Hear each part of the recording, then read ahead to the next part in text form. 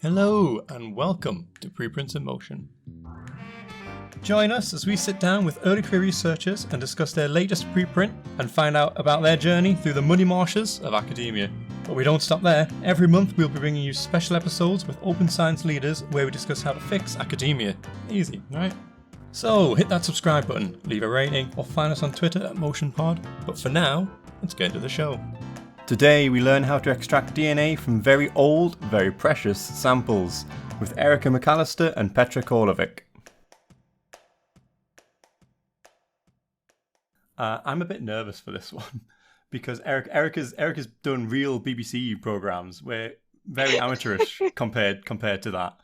So thank you so much for coming on to the show. And I think actually as a good start, it turns out by coincidence that the three people involved in the podcast are all big fly people. We all did our PhDs on fruit flies. So there's a weird coincidence. Or maybe not, maybe that's what drew us to your work. Or basically all good people are fly people. Oh, yeah, well, they're the best people in science. I've never met a better bunch of people. Yeah. Yeah, it's working with flies. It must just be relaxing. Or maybe it's all the flies you eat as you work with them that manage to escape the CO2 pads. So we've got two guests again today. This is our second recording in one day. So I think as a start, it would be good if you introduced yourself so people can recognize your voice a little bit. So hi everyone. My name is Petra and I'm a postdoc at the Wellcome Genome Campus. Sort of specialized during my PhD in working with really old DNA. Back then it was ancient fossil bones and teeth. And then I started doing my postdoc in the Wellcome Genome Campus, switching to historic mosquitoes. And that's how I got in contact with Erica and how we started discussing about doing minimally morphologically destructive DNA extractions of historic flies. How old is old? For us, old is, I would say, up to a century. That's some of the oldest samples in the Natural History Museum collection. Flies weren't as popular. Of course, there's beetle and butterfly samples that are older than that, but flies specific. I think Erica will know what's the oldest fly in the museum. The oldest fly in the museum is current, so not extinct fly. They're 1680. Oh, it's quite old. And they've been recorded from Hampton Court. It's basically our earliest geographically referenced specimens out because it was the head gardener for the Queen. And so he kept them in a book. And as he was a botanist, he kept them as he would a plant. So they are morphologically a little flatter than they would actually be in normal life. But they are still perfect. Their colour is perfect. Do you think we could refluff them, or it's a bit too optimistic? Oh, I mean, we're good at fluffing. Petra and I are really good at fluffing, but I think even I would be a little bit hesitant to muck around with these little boys and girls. So Erica, do you want to introduce your background a little bit? Because you work at the Natural History Museum, which is super cool. It is very, very cool. But right now I'm coming to you live from the shed, which is my back garden. Although I have a little bit of the collection here, so don't tell my bosses. But I'm one of the curators. I'm a senior curator of flies and fleas, and I've been working at the museum, I think, for about 15 years now. Which in museum terms, I'm basically a teenager now. I've finally moved on from being a toddler. And I'm quite obsessed by the flies and the collection. And we have arguably the most comprehensive collection of flies in the world. And this is in terms of geographical spread, in terms of historic distributions. Mosquitoes are quite an important group of flies. And it's been something everyone's been studying for a long, long time. And why the Natural History Museum is such a wealth of biological diversity and our heritage is it's got the most type specimens of these groups.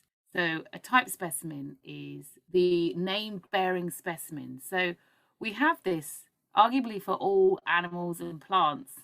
We don't have it for a human, though, because when Linnaeus, the grandfather of this naming system, set it up, we were going to use his body. Turns out his body was a bit shoddy. So we didn't do it. And we still haven't got anyone because we've been arguing ever since about that. But basically, for most other things, we have those types. And so when people go out and describe new species and trying to understand the biota of the planet, they will use us as a reference collection. So it's really important. So I live in London, and I was at the Natural History Museum not that long ago, actually. I'm currently working my way around them all. Yeah, well, when the pandemic's over, you can come behind the scenes and have a little look at the collection. Oh, John's going to be Oh, look at horribly your jealous. faces. All of you just went, oh, hello. I'm coming down to visit that weekend, Johnny. You can't even imagine how fun it is to spend an hour digging through. What is this box? Oh, let's open it. Wait, Petra and I got sidetracked. Do you remember the monkey blood brains or whatever it was? I remember the monkey blood slide. Yes, monkey blood slides, which we thought would be the best band name we could possibly ever come up. we were just like, what on earth are these monkey blood slides? And after like an hour, and you look at your hands, they're full of some gray stuff. This box is full of malaria or some other parasite slides, basically blood slides. You're just thinking to yourself, maybe I should decontaminate myself before I exit this room. You know, the best we get is rummaging through a -80 from like a professor who's been there for 60 plus years, and you find samples from like the 1950s that can't possibly be of any use anymore. They're all of use, and that's why we're concerned about this, and why one of the reasons I think why we wanted to do this project, to show you that a lot of those cruddy stuff is actually still really relevant nowadays. So your preprint was developing a method to extract DNA from very old samples, and of course part of the problem with extracting DNA is it's generally quite damaging to whatever it is you're extracting it from. And I suspect you probably don't want to do that to some very old, valuable museum specimen. Somebody's probably going to be quite angry with you if you do that. That person is me. Okay. So when Petra just bands about the word destructive, it does give me vibes. It is something that museum... She's giggling, but she knows... You can hear my tone. My tone is quite irate about this. Because obviously, these are very important specimens. And even... every specimen is important because they represent a moment in time. You know, when you sequencing people, you come along and you're like, can I just remove all the legs? I'm like, no. And it's all very well with a big mammal such as a whale, and you only have to take a tiny bit. But when we're talking about specimens that are in the millimeters, you know, and your techniques are a bit dodgy, I'm a bit like, nope. Do you miss that one leg? Just the one leg? Is that No, I know they've got 6, but these are old, and many of them, as Petra will tell you, lost a lot of legs along the way as well. They lost a lot of legs during the last couple of decades. A few got decapitated. So some samples they don't preserve as well as we would hope. Yeah. It's just been, I think, recently that people realized mosquitoes should probably be preserved glued to the side of a small piece of paper and then on a pin, and not just impaled on a giant pin for decades, because that destroys all of the connective muscles, and it's just, well, time to lose pieces left and right. Yeah, there are some specimens, the only thing that's holding them together is this thing called verdigris, which is a reaction of the pin with the lipids in the mosquito. So we got rid of this substance, that's it, our whole specimen is just falling apart, which Petra had to deal with quite a bit with some of our specimens. So is this a situation where there's a lot, you know, when I get in trouble, I get the full name treatment. So is that something Petra has maybe experienced? See, luckily Petra does me little drawings. So she's very, very good at those, and she knows my weaknesses, and therefore, and is doing such a good job that I've occasionally tutted or raised an eyebrow, but she has been very... We have found a symbiosis over here, yes. Yes. And it's not, you know, this publication did not happen overnight. We've been working together on testing and modifying for quite a while. And I did realise that some specimens would probably have to be sacrificed for the greater good of our understanding. So what is that method you've come up with? Could you give us a brief sort of overview of the method you've developed? Because it does end up with a nice amount of DNA coming out without destroying the samples, which is what we all want. Yeah, so I mean, of course, as any other project, we started by going through existing literature and seeing what others have done. And a large number of papers that were talking about non-destructive insect DNA extractions were done on beetles, which are very sturdy, have very thick cuticles, and in general can withstand way more than a tiny mosquito. So we went for the papers that dealt with flies, some of them that dealt with mosquitoes, some dealt with fruit flies. Basically, just looking, oh, this paper uses this buffer, that paper uses that buffer.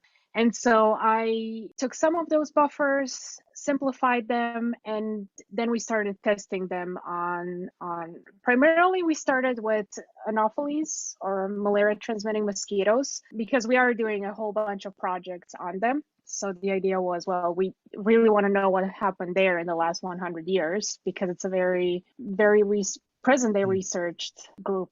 So we know that there's quite a lot of changes and populations living there today, primarily a very, very high rise in insecticide resistance. So we wanted to see, well, how far back in time can we track this? We know insecticides only really started in the 40s. So that's why we started selecting the Anopheles mosquito samples. And then slowly we were, oh, well, those are kind of the worst flies you could work on, being fully honest, because they're some of the smallest mosquitoes with some of the longest legs. And this is why in the manuscript, we also talk about two other groups of mosquitoes, Aedes and Culex, and we talk about tsetse flies, which are absolutely perfect. If you want to do historic flies, you should definitely focus on tsetse flies. They don't care whatever buffer we extracted them with, time. They look perfect. We actually, even if you look at the pictures before and after, they look better after extraction because we cleaned all of the dust that accumulated on them over the last few decades. It's interesting because with the morphology, this is what we want to be able to ensure that we can still identify them after they've gone through this procedure. So beetles and ants, as Petra says, they've got a really hardened, really sclerotized elytra. So they're just like robust. And how you identify a lot of these are because of their certain patterns or shapes which don't deform. Flies don't make life easy for anyone. Now, I love them, but they are a bit of a nightmare at times, and no one is going to disagree with me on this one. Nope. And mosquitoes, what can we say? So yes, they've got those long legs, but they've also, you identify them from patterns of scales on their thorax. You've got hairs on their abdomens. You've got different shapes of hairs on their head, how their palps are banded, blah, blah, blah. And so it's basically what we call a nightmare. So the idea is to be able to not only extract enough DNA, but not get rid of these really key features, which, we're hoping were there. And fly people, I don't know, well, you've listened to me a lot. You know that we're slightly obsessed with certain physical features. And so we're rather obsessed by what happens to the genitalia. I know you're giggling, but, I do fly fiddle a lot. And this is one of the things that we need for identifications. Now, these Nematosaurus, these very primitive flies, as it were, evolutionary primitive, there are some external parts of their genitalia, but there's also internal parts. Now, when you look at these previous papers, yeah, the external features of beetles are like, yeah, hardcore. But their internal bits, all gone. And it's like, oh, we can't do that. Not with flies, really.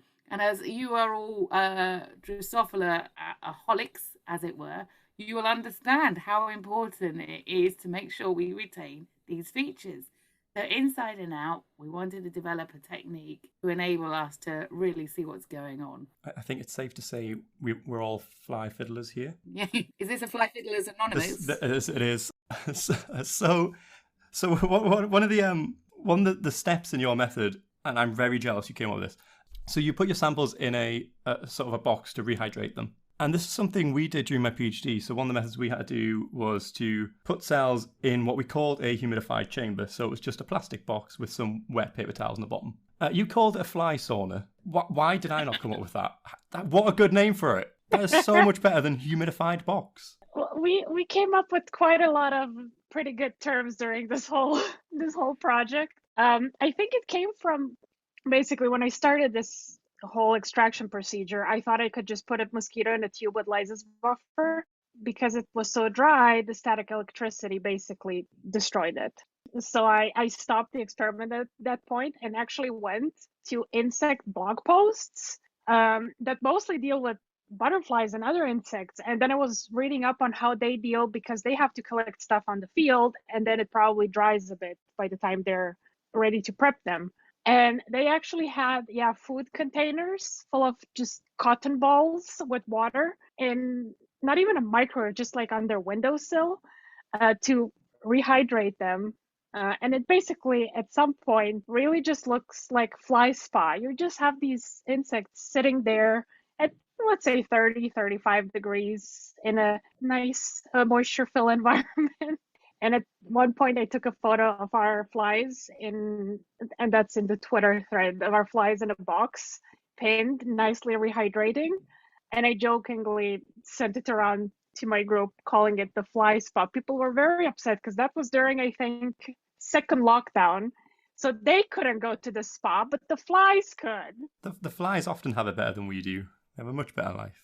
And I think this must be an insect person thing, because anyone in the fly community will know we have the best gene naming ever. So we were mentioning our obsession with fly genitalia.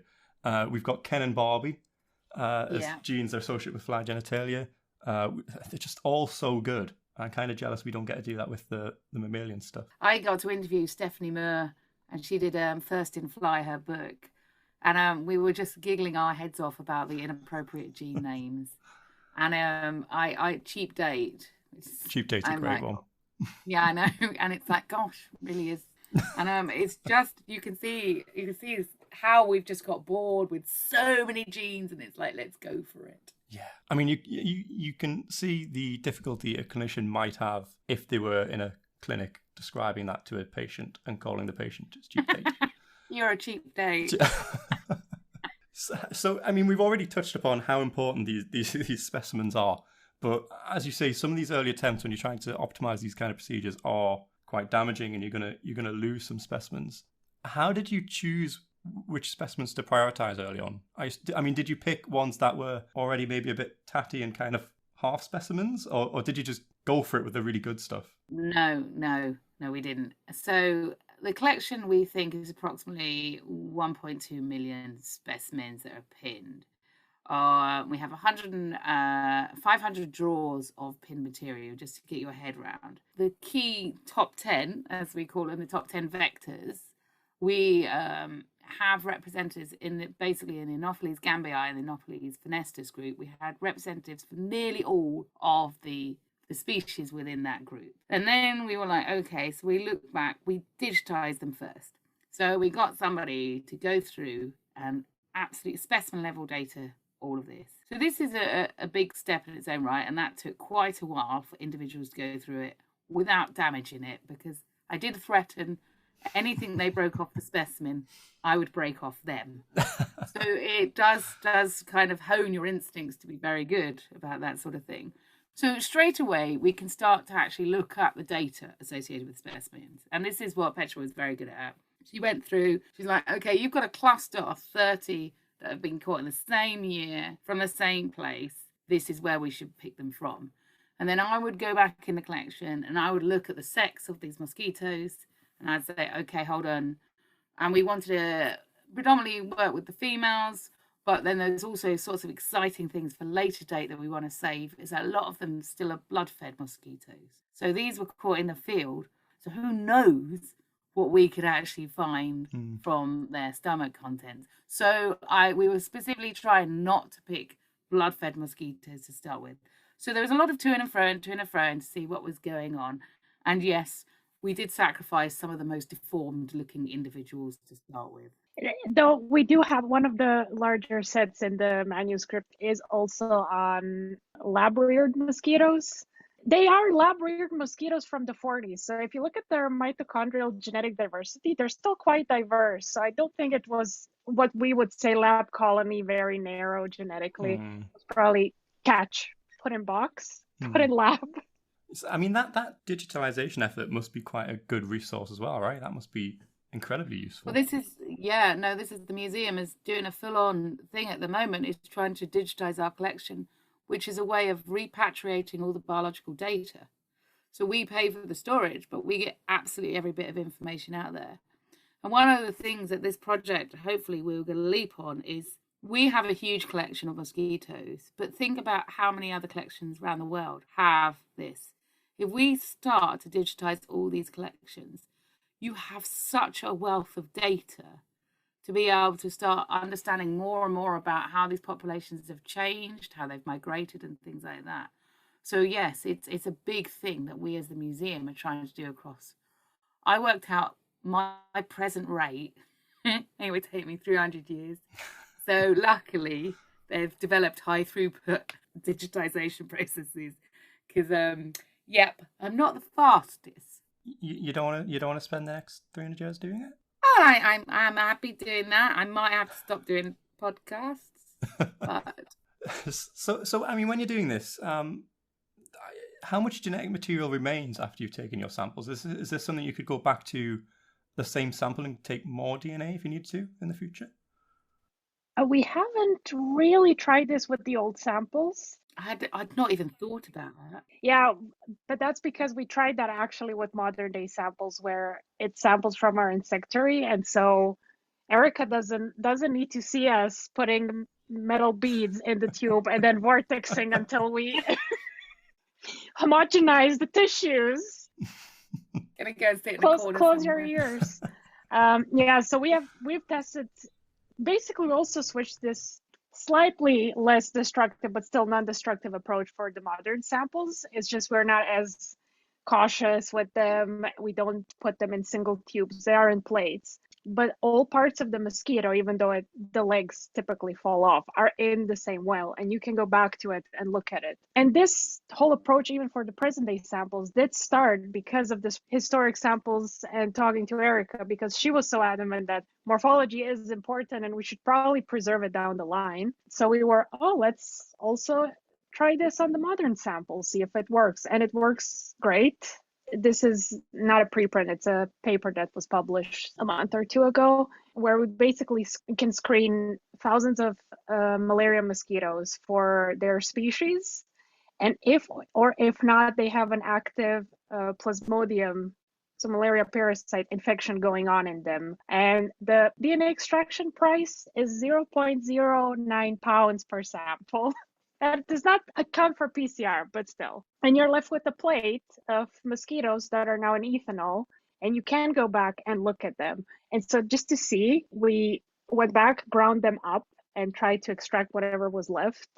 And it's typically not much. It depends from sample to sample. For some, there's still 50% of the DNA there, but for some, there's only like 10% left. So we do tend to get most of it in the first non-destructive go. I imagine that would be worse with older samples too, right? I assume there's probably less starting material. I mean, does that change depending on how the sample was preserved? Yeah, it will do. Yeah, there's less starting material because the DNA degrades. This is a completely different, of course, the DNA is going to look completely different in a freshly caught, even if it's dried. If it's a 2-year dried mosquito that has been sitting at room temperature, the DNA is still of much better quality than for a pin sample from the 50s, because it's had basically 70 years to further degrade. Even though the good thing is, typically these samples have been stored in a collection of sorts from the moment they were pinned. And collections tend to have very, very non-fluctuating humidity and temperature. And that is the main DNA killer. So the moment you have fluctuating temperatures and more air moisture, the DNA starts degrading faster. Interestingly enough, the DNA length we get from some of these samples, like from the 20s and 30s, is comparable to 40,000-year-old Neanderthal bones. But yeah, again, DNA preservation in a bone is completely different than DNA preservation in a arthropod. So John might want to come in and ask this question, because John's background is his PhD was in insecticide resistance and coming up with new ways of tackling that. So maybe he wants to come in to ask next question. Yeah, I can do. So my PhD was on RNA interference insecticides, so kind of bioinsecticides, but now I'm working on kind of traditional insecticide resistance in mosquitoes. So that's why I'm obviously very, very interested in this work. One of the sort of tests you kind of did once you'd got all the kind of sequence data was to look at some of these kind of key polymorphisms that are associated with insecticide resistance. So you were looking at the voltage-gated sodium channel, I think, which is a target for a lot of pyrethroid insecticides, DDT and things. So maybe you could just give us a bit of a kind of overview as to how, kind of what the data captured and what it kind of showed about that and insecticide resistance. Yeah, so the voltage-gated sodium channel gene is one of the main target genes, I think, across all. I don't even know if it's just insects, arthropods in general, but it is one where some of the major insecticides and some of the most widespread insecticides target. And so it's the easiest one. The moment you have a mutation, you don't die from the insecticide, and so you can spread the resistance further. Malaria mosquitoes tend to be even more fun because they like to hybridize, which means populations can spread resistance faster, but that's another thing. So yeah, basically we do present lower coverage data, except for samples that were on the younger scale. So from the 80s do have quite a bit of coverage compared to the really old ones from the 20s. And we just looked at known insecticide resistance variants in populations across sub-Saharan Africa that we know from present day population structure studies are resistant. Mutations are identified in this region, which are likely the cause of the resistance. And so even in the low coverage data, I just went and I looked at the variants that we find in the old samples, and low coverage, but still we see nothing. We don't see an emergence of resistance variants even in the samples from the 80s. It all looks insecticide susceptible. Although, again, we have a large chunk of samples that are pre-50s when widespread insecticide use started in sub-Saharan Africa. So as a continuation of this project, we now actually have more samples from the 50s, 60s, and 70s that we are sequencing, and we want to look at and see if now we can start seeing a rise in insecticide resistance alleles. I mean, are there other samples around the museum you kind of have in mind of things you'd like to use this technique on, or potentially beyond the museum? So could this potentially have use in things like old murder cases where there's samples that you don't want to destroy the actual sample, you just want to take some DNA out of? Could you guys be the people who solve Jack the Ripper finally? Oh, that'd be quite nice, wouldn't it? Are there a bit more fun, entomological parts of those? Because they have sequence materials. Probably not. We've got the maggots in front on my desk at work that were the first forensic case in the UK. It would be quite interesting because, again, morphology of maggots is quite difficult. So where you have got morphologically challenging specimens, Diptera, these sorts of things would be quite good. And the idea is to open up the collections for this sort of research. So, as I said, most of our extant collection goes back to 1680. So you can imagine you're doing all sorts of amazing stuff and looking back at those sorts of things. And this is useful not just for vectors, but historic DNA of the gut contents of different pollinators. So not only can we incriminate what's pollinating now, we can look back and see how this has changed, and we can see whether the different insects are moving from one flower to another. And has this been something because of our agro-ecosystems? So suddenly you've got what people just wrote off as loads of dead specimens and useful for one or two people, suddenly becoming a very vibrant collection that we can start asking all sorts of new and novel questions from. So there's lots of really exciting stuff to come then. Yeah, just give us the money, we'll do it. But also, since we don't destroy the morphology, for example, even in our set, we pre-selected samples that we thought were a certain species, and then we found two that turned out to be a completely different species based on mitochondria. And now we are able to go back to the sample and actually look at it and be like, oh yeah, there was a mistake. I mean, and this really interesting stuff. Sorry, I'm getting so excited, Petra, because then we can look back in collections all over the world and we can say, hold on, what we thought was one species there wasn't. So this really helps in epidemiology. This really helps when it comes to health control programs and all of these sorts of things. So if we practice with a lot of specimens here, bring the price down thanks to Petra and Mara's work, and then start looking at these collections around the world, you've suddenly got a wealth of information that would be just brilliant. It's really cool. Or can I just squeeze one in? Go on, John. So we sort of mentioned earlier about you saying if other kind of insect orders and things like beetles, for example, are kind of a lot sturdier specimens and you can do a lot more with them. But so I guess I wanted to ask the question, physically. I guess you want to kind of flip the question round and say, well, just because you're using quite like a sort of gentle lysis buffer and things here, does this method work as well on insect orders that are, built a bit more robustly, have slightly kind of thicker exoskeleton and things? We haven't tried this on non-flies. So we have tried this on Malaise catch samples, which are still mostly flies. There might be a wasp here and there. And there is a person from my group that has done a lot of work on hoverflies, which are nice and chunky and sturdy, but they're still flies. There's no reason to look at anything else. Besides why? I don't understand this question. But I mean, we looked at the tsetse flies. Yeah. They are. Yeah. I mean, anyone who's ever had the proboscis of a tsetse penetrate the skin will quite happily testify at how robust and chunky these organisms are. We have a tsetse fly colony in the basement at LSTM, so I can for the podcast I can volunteer to go down there and get bitten, and I'll report back to you as to how it feels. If you want to film that would be great to stick on YouTube of you just being bitten by a bunch of flies. That'd be great. Hey, any sacrifice for science in the podcast,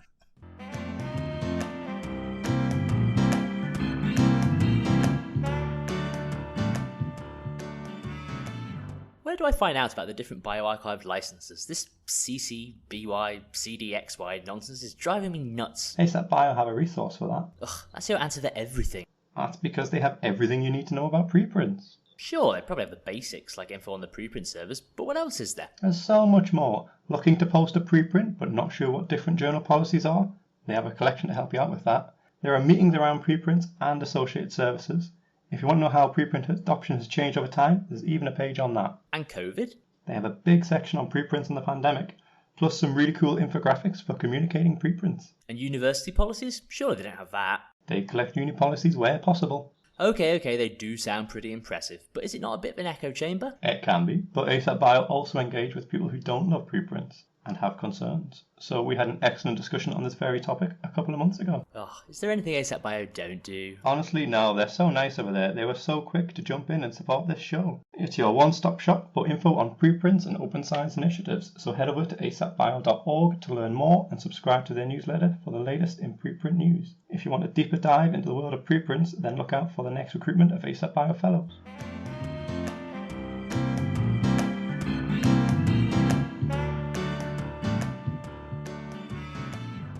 So it's given away in the title of the podcast, but we focus on preprints, and so we like to ask questions about your sort of experience behind preprinting, why you did it, that kind of stuff. So whose decision was it to preprint, and why did you choose to preprint rather than go straight to submitting and publishing? Well, I do like the trend because it does get science moving at a bit faster pace, especially since, in my experience, it's been getting more and more difficult in terms of length, getting a paper out. And these are results that you present at conferences. So people start asking about the methods, start asking about, well, did you try this? Did you try that? What worked? What didn't? And for the past, pretty much since we started this protocol, I had my own protocols. And then if a collaborator or someone heard about this at the conference, I would just send them like, here's the Google Doc. Here's this, here's that. So that was one of the big reasons. We talked quite a bit of this recently. The method is ready. We would like people to start looking into it and using it. And I already had people on Twitter ask me about, oh, we're working on bees. Do you think we can use this on bees? Can we try and replicate this? So I would say it was a great decision because now it actually reached more people that are inclined to try it out. And then, while it is in active review, and then the final product might have, I hope we don't have to sequence more, but might have slight differences. Sequencing always takes too long, I feel like. The whole scientific process takes too long. Oh yeah. But it's very interesting because it's something we are desperately trying to move on to get more out of our collections and understand it. And everybody is trying different angles, and the more methodology we get out there, the better it is to make an informed decision. And you've got to remember, us lowly curators, a lot of us are not on the forefront of sequencing. So it's not something we do. So the more information we can get out, the more informed voice we can about what is best for the collections, in the long run is the most helpful way of doing it. So having these preprints and things like that generates a lot of discussion. Why we chose specimens, why we do that. And so it is a very interesting way of doing it. Yeah, that's something we've had a few people mention, is saying the feedback you get from putting your work out there and putting it out there that in a way that everyone can actually read and access. Yeah, people are more likely to make a comment because it's not done and dusted. So they still think that they've got a voice. Of course, we don't listen to them. No, I didn't say that. No, I just wanted to say, I don't know if it's because I wasn't on Twitter before, but since I made a Twitter thread of the preprint and I was talking a little bit less formally about it, the Twitter thread got more traction than my actual 2 published papers for my PhD. So. I mean, this is the whole thing again, is we have to communicate our science better. And we have to show the relevance of our science, not just for our funding, but also why we do this. And so Petra's Twitter feed and things like that, and presenting the science in a non-scientific form was it was just a winner. It's just superb. having little comic drawings of mosquitoes helps as well. Yeah, I've got so many of Petra's little drawings everywhere. This is why you must pick your collaborators very well. And she's an awesome drawer. Ones that provide drawings or food, yeah. I find food is always a winner. Bake me brownies if you want to work with me, and you're in. So I mean, we Twitter comes up a lot on this show when we're talking to people, and I swear Twitter really need to start giving us some money, because the amount of free advertising we're giving to the people who actually listen is just insane. But it has really helped move along the dissemination of science and just that conversation and getting it out there. And yeah, I think I've got a few Twitter threads that have more attention than some actual papers have had, which I think is a good thing, though. You know, people are engaging, and I think that ultimately is the goal of science, right? Yeah, because I mean, no offense to your papers, and I'm sure they're wonderful. I'm sure they're eloquent and they've discussed, but the average person would probably not come across that. So Twitter opens up this field. It stops us being exclusive amongst the scientific community and puts us into the broader audience. You know, I don't think of basically anyone that's ever going to read my PhD thesis, apart from the 2 people, 3 people, 4 people who were forced to read it.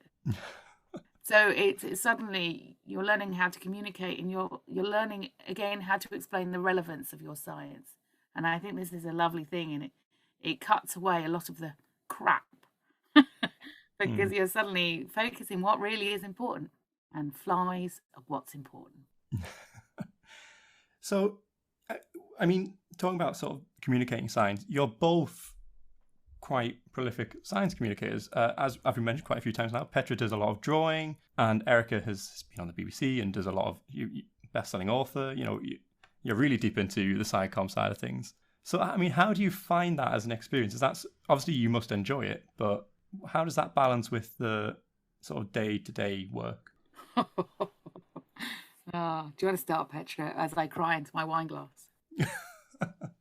I don't have a wine glass. So I actually started doing a lot of public engagement even before I was in science. As a high school student, I would help out at a local astronomical observatory that my dad is the head of. And there would just be like popular talks about astronomy, and we would put out a telescope to look at the moon.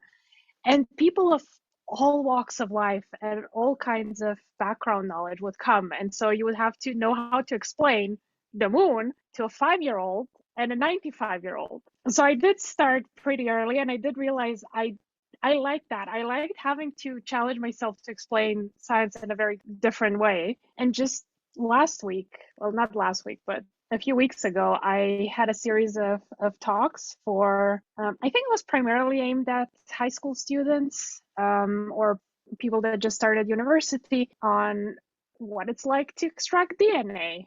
The person before me was talking about present day samples and extracting whole chromosomes and just like the perfect conditions, followed by me being, okay, so we have this 100-year-old mosquito. There's nothing left. Also, if you destroy a leg, the curators are gonna find you. And so again, you have to switch your talk. Although they did ruin my punchline in the next talk because it was about, are mosquitoes deadly or misunderstood? And the first slide was, do you think mosquitoes should be exterminated? And 80% of them immediately said no, because these are people that understand biodiversity.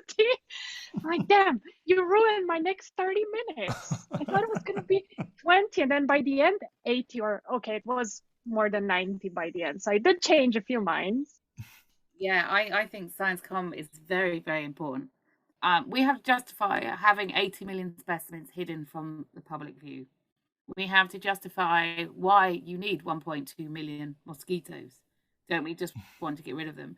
We also have to tell you about the biota of the planet. So most people in the UK live in urban environments, and their interactions with a lot of the natural world is quite limited. But even in just telling you what's going on in urban environments, why should we care about malaria in London? And why should you be putting all this money into things that are just completely, to you, maybe not important?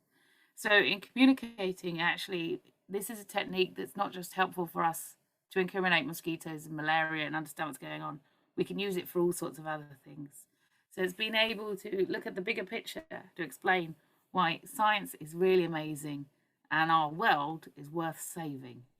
And I'm quite selfish and I quite like being here. So as long as we can do that, I'm quite happy about that. I think most of us quite like being here. I mean, I know Erica completely ruined me after I started working with her, because normally I would see a mosquito on a wall, I would try and squash it, and now I see a mosquito and I'm like, do you want some food? Do you want some sugary water? Do you want my arm? What would you like today? And they see, no one goes around just swatting puppies, do they? No. And that's basically, it's trying to get people to look at mosquitoes as animals and to change that term from mosquitoes being described as the deadliest animal. They're not. They have been manipulated and used. Females have been used for thousands of years. I'm just saying. I'm going to go on a feminist rant about, again, a female has been manipulated. The boys, they don't care. They're all vegetarian, doing their own stuff. The poor mothers are being manipulated by the plasmodium, the filariasis, and everything else, just trying to just destroy her reputation. And no, you carry on, because I just rant. I was going to say we've got a cartoon from a newspaper stuck on one of the fridges in the lab, and it's got a picture of a male mosquito coming home with like his overcoat on to his wife and taking his hat off and saying something about, "Oh, had such a hard day's work biting people," and someone has obviously scribbled on it, "It's only the females that bite." I know. But this is also very interesting. Is how much when I do science communication and talk about it, how much the public don't know, how much we have become so absorbed in our subject, and we talk to our peers, and even when we talk to our peers, we realize they don't know things. Just think about how much has been lost in communicating. And it's been interesting during this time of the pandemic, so people are beginning to understand what sequencing means. And really start to begin to understand that. And it's like, this is something we need to heavily get through to people. Why we do this. There's a real thirst, there's a massive world issue that we're solving through this sequencing. Let's extrapolate it and use it for other things. I'm an immunologist, and it has been crazy to be sitting on the tube hearing just the general public have in-depth conversations about antibodies and all the really technical immunology side of it and what's going on. It's just mind-blowing. And it's great because I think that certainly at the start of the pandemic, there was this notion amongst certain scientists that the general public wouldn't understand any of this, which is rubbish. That shows just how bad we get in our sort of ivory towers. And it's just so nice to have so many people actually engage with science. And I think now is if there was ever a time to jump on that communication train and really try and push that, it's got to be it now, right? Well, the nerds are loved. We are an appreciated group of people, and we've got to take our nerdom and use it for the greater good. So, I mean, do you guys have any tips for good SciComm? Because it's not necessarily an easy thing to do. We know our subjects. That's probably the only thing. Petra knows her subject, and she can talk for hours. You think I can talk? You get Petra on it, and I'm like, I have no idea what this woman is going on about anymore. She's Very, very good. Yeah, you need to put me in front of a board though, because I will try and scribble things. Yeah, but that's the whole thing is knowing your subject, and both Petra and I think we're quite passionate about our subjects as well, and you can't fake that. And you can hear it when you see people present. They superficially get the subject, but the ones who who are really good are the ones who spent their time to thoroughly get into all the nooks and crannies of understanding their subject. Yeah, there's many a science talk where I just fall asleep because the person's not passionate about what they're talking about, and it ruins it for me. I need that passion, that energy of, I love what I'm doing. Let me tell you about it. As long as you let me tell you about it, that's the highlight of my day when that happens. We have many tax-offs, as it were. So it's who can talk about the best organism. So that kind of hones your skills, because it's like, oh, you think that beetle's good, do you? I'm going to raise you 10 flies. And so, yeah, we're quite competitive. Although I do find it a bit easier. I don't know. It's just what I'm used to, talking to people in public, because then you can see their reactions and be like, oh, this is not clicking with them. Let me switch my wording. Let me switch how I talk about things. Or my favorite is, oh, I don't have to use very serious jargon. We're going to talk about the fly spa now. I would put the fly sauna in my papers. That I would use that if I was still doing fly work. No, we don't call it like that in the we did a paper basically where we blow dried mosquitoes. I mean, we are meant to be respected scientists. Basically turned into people who stuck them in a blow dryer. And that's a very important piece of research we did. And I think therein it is that we could see the humour of what we do. And you communicate the humour and it sticks in, because you're all giggling about a fly sauna and a blow dryer, which really, you lot are adults and you should, just grow up. We're definitely not adults here. I don't think we've grown up outside of childhood.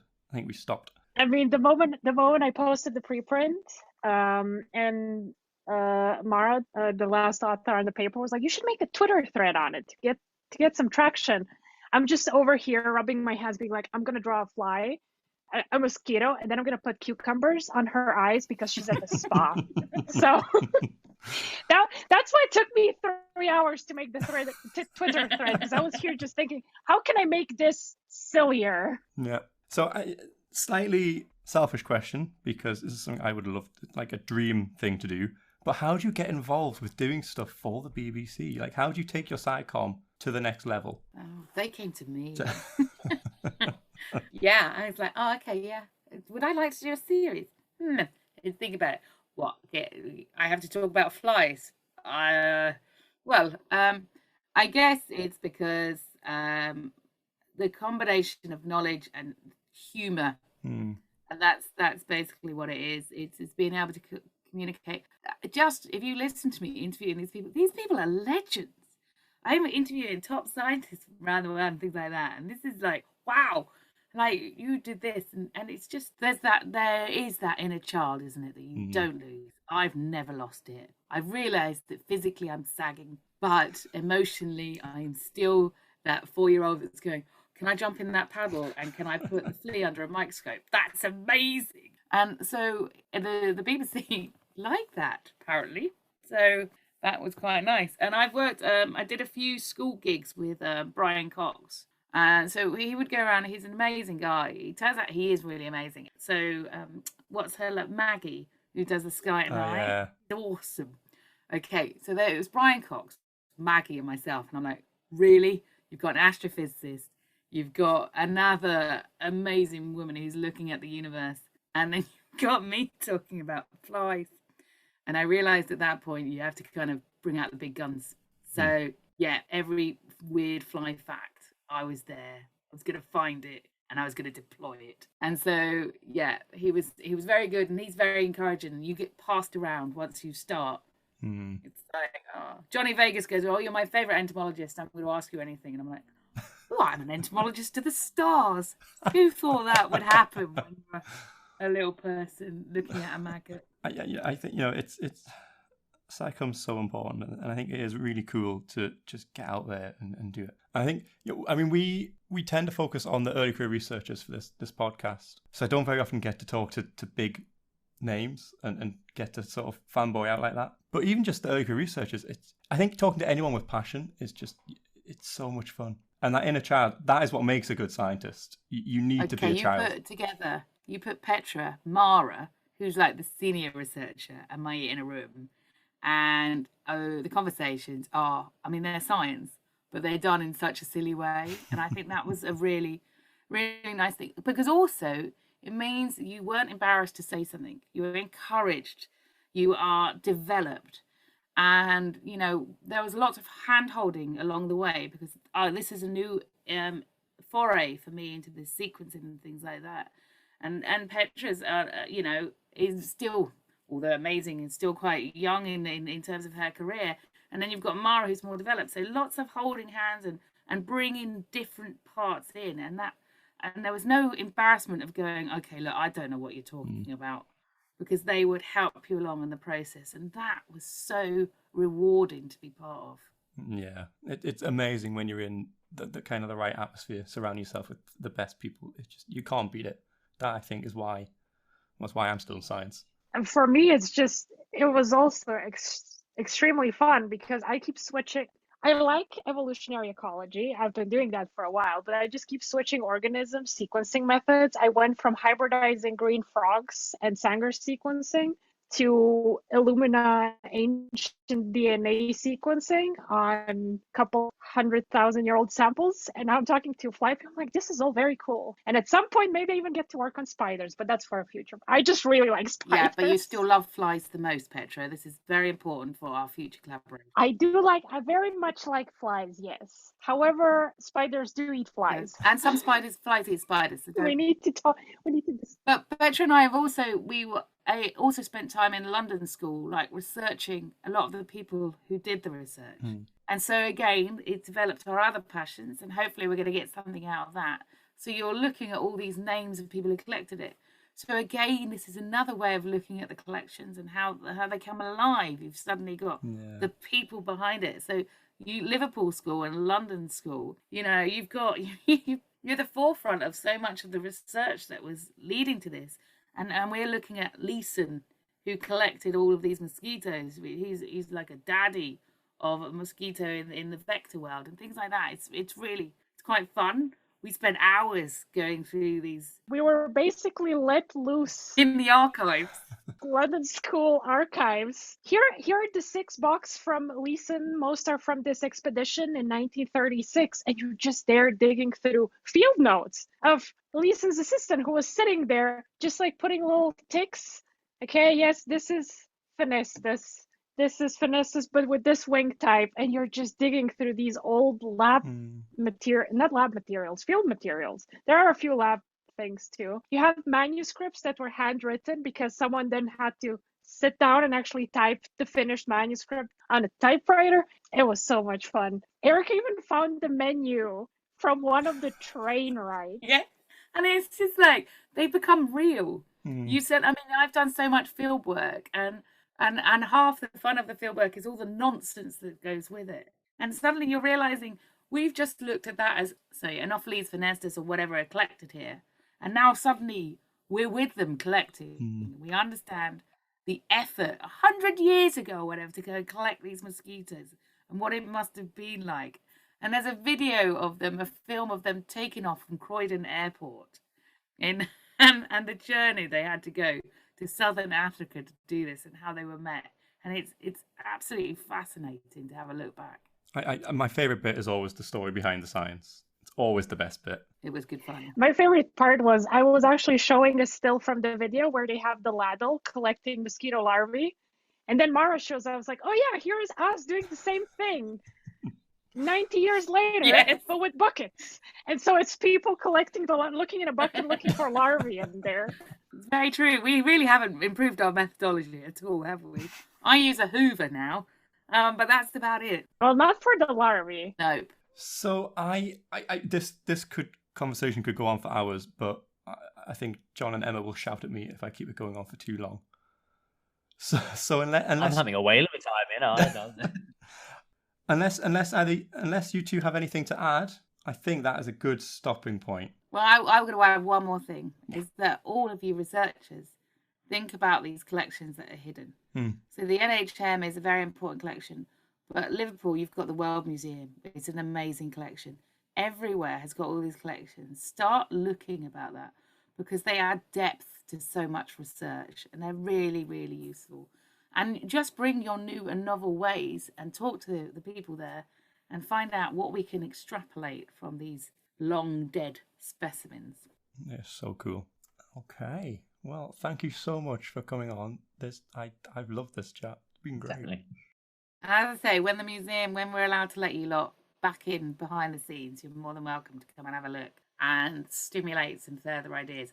I'm actually talking to a woman tomorrow who wants to swab hydrocarbons off a lot of these specimens to do sorts of things. So people are beginning to do all sorts of nice and novel stuff. It's a wonderful thing. Do come. It must be amazing to get people who are like at the forefront of sequencing and coming in and looking at these things in a totally new way. It's all sorts, because it's not just sequencing, so it's imaging in a different way. So, it's just suddenly that one specimen, it is now so many people can ask different questions from it. And that's really quite fun. So when I'm in the garden and I look at a fly and I think about this fly and I think about how it is living, and as I came from an ecology side, I think about the interactions. But then I know that even after death, there's so much we can ask about it. This is really quite, it really makes me feel totally inadequate as a human. that one little blue bottle or mosquito in the garden offers more wealth than I do. Well, I think that is the perfect ending note. I think that right. That's the last thing we want in this episode. We're all inadequate. Yeah. And be nice to your little flies in the garden. Okay. Thank you so much for coming on. Okay, and that is the show. If you enjoyed listening, then hit that subscribe button for more and leave us a review on whatever platform it is you're listening on. You can reach out to us on Twitter at MotionPod or online at preprintsandmotion.com. Didn't enjoy that? Well, we're all scientists here, so send us your review and let us know what works or what you'd like to hear more of, or less of. But until next time, have a good week.